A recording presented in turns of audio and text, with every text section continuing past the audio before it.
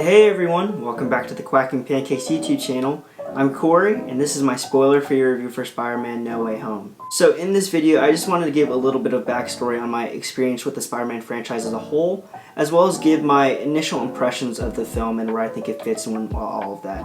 In case you want a review that has a little more about the overall plot devices with spoilers, and you can find that video linked in the description below. So growing up, I was a huge Spider-Man fan, like most millennial kids were. I think you found a lot of my pictures as a kid. Then I was always doing, the web shooter signs, and I remember for my 6th birthday, I had a Spider-Man cake with Doc Ock and Spider-Man fighting on it. I had the web shooters with the web fluids, and whenever I would spray it, it'd get on like someone's fence and I'd get yelled at for it. I also had this plush chair that I still have to this day.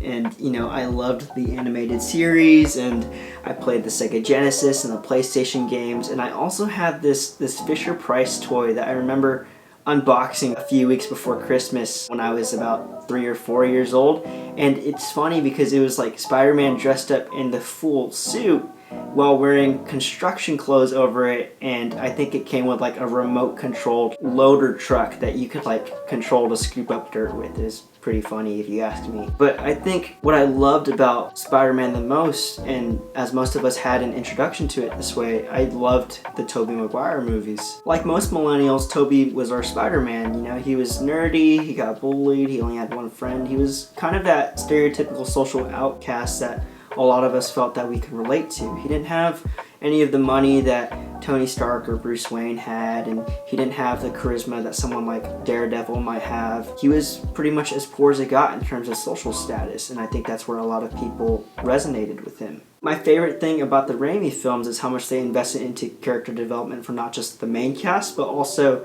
some of the minor characters as well. Whether it was anyone at the Daily Bugle, where they only had like a few lines in the whole movie, but you can see so much conveyed in their emotions and their eyes and just the cinematography. Or even someone like the landlord, Mr. Ditkovich, and his daughter Ursula, where they literally only have like 2 minutes in all the franchises altogether, but you can see how well they connect with the Peter Parker character. And even though they have their conflict there's a lot going on, and there's an emotional understanding there of Peter's a good guy and he's just not always the most lucky person. It also took on a more realistic and serious tone that's not too dissimilar to The Dark Knight Rises, and I think that's what made it so successful.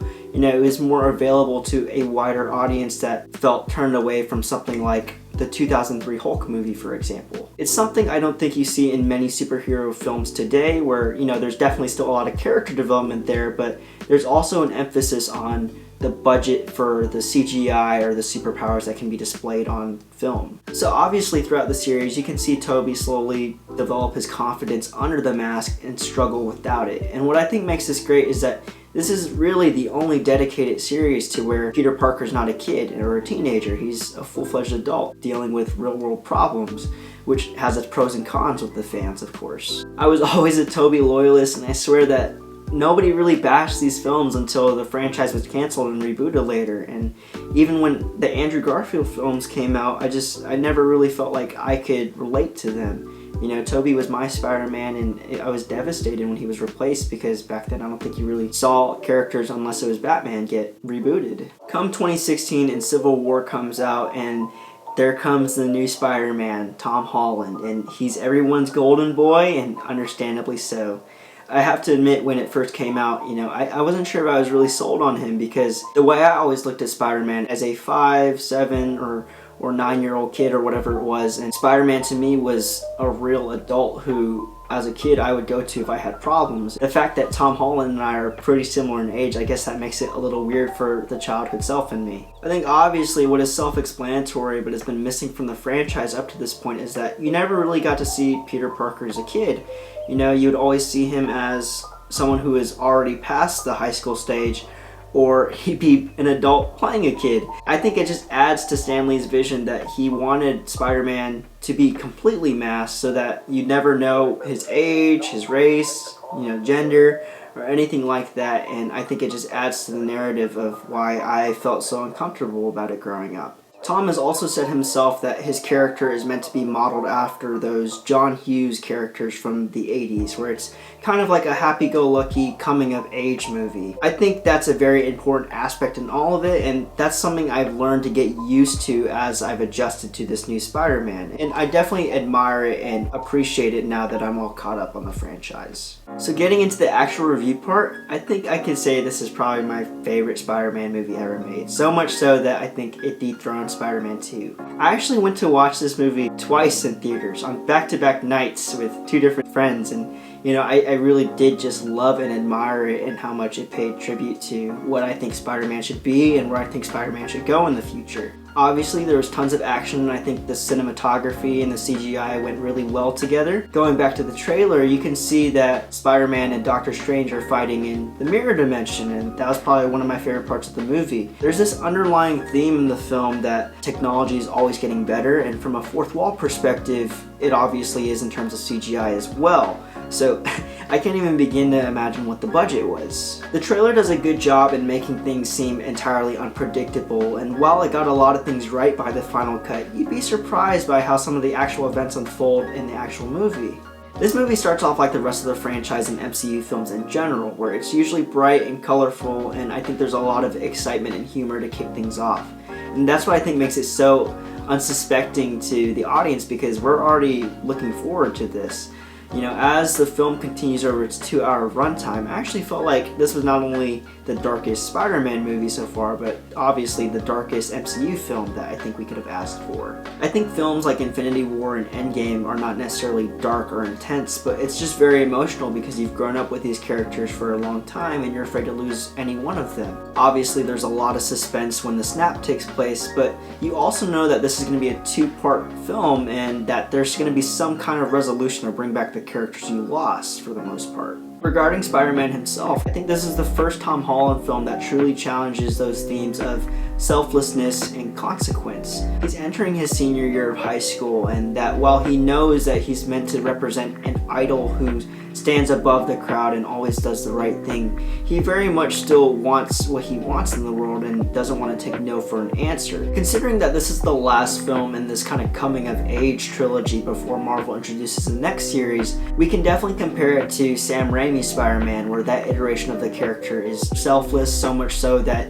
it derails his mental health in the second film. Or even Mark Webb's Spider-Man, where that iteration is such a tragic character who loses the thing that's most important to him as a direct consequence of his selfishness. Obviously, you know by now that Tom Holland's Peter Parker has had a very different approach to them, being that he's a high schooler in the age of technology, and he doesn't take life too seriously. He's in the Avengers, you know, and there was a lot of mistakes that he's been able to walk away from until now. Which I think is actually very interesting, because as we're coming up on the 7-year mark for this character, we're starting to see him explore territories that the other Spider-Men have already experienced, while still discovering things that they never did. The idea of identity is super important here, considering the fact that characters like Captain America, or Iron Man, or Hulk, Doctor Strange, Black Panther, none of those people really have a secret identity, and they've kind of accepted that. I think that this is where Tom Holland actually shines in his portrayal as an immature and still somewhat inexperienced Spider-Man. There's this notion I've read about and felt across many different movies and TV shows where if you hate a character, that means they're probably doing a really good job in nailing the writing. The biggest example I could think of for me is Breaking Bad, where all of those characters kind of suck, honestly. The emotions that I felt while watching the first half of the film were kind of like, dude, what the hell are you doing? Or what is wrong with you? Or why can't you just let things be how they're meant to be and just own up to your own mistakes? That's where some of the character development and maturity that I think a lot of us have been waiting to see finally comes into play. So obviously there are a handful of villains, but I think most people know by now that only 3 of them got top billing in the casting, and that's Alfred Molina, Willem Dafoe, and Jamie Foxx. All 3 of these characters definitely lived up to expectations and even the redemption of some of their roles. Without giving too much away, I think the overall theme of the film is just doing the right thing. Throughout the franchise, you can really see that Peter does the right thing because superheroes do the right thing. It's what he has to do. But for once, you can see him doing the right thing because it's what he wants to do finally. And he's going to accept the consequences, good and bad, of it, no matter what. In terms of how the movie ended and how it leaves things open for the future, even though Marvel has hinted that there's a second trilogy in the making, I'd be completely okay if this was the last Spider-Man movie with Tom Holland playing the character. Not that I want it to be rebooted, but it's almost like I wonder how they can even top it at this point. For anyone who's seen The Dark Knight Rises, it's kind of like how Joseph Gordon-Levitt's character, where he's playing Robin, discovers the Batcave at the end, and you're only left to your own interpretation of what you think is going to happen next in the fandom. Where people have described Spider-Man 2 in the past as being a perfect superhero film, I think this is perfect in its own way. Not necessarily because it's flawless, but I think it provides a lot of closure to a character that's beloved to all of us. It leaves it open-ended to where we can have our own predictions of how we want the character to continue, and I think there's just something really beautiful to all of that. If you haven't seen it yet and haven't reserved your seats, I've learned from my second viewing experience that there's still plenty of seats out there. It just might not always be at the best angle.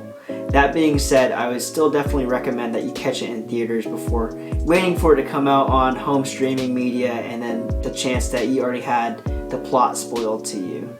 Thanks for tuning into this spoiler-free review of No Way Home, and if you're interested in checking out my review with spoilers where I dive deeper into some of the plot elements, you can find that video in the description below. If you like this video, please drop a like and subscribe, and there'll definitely be more to come in the future.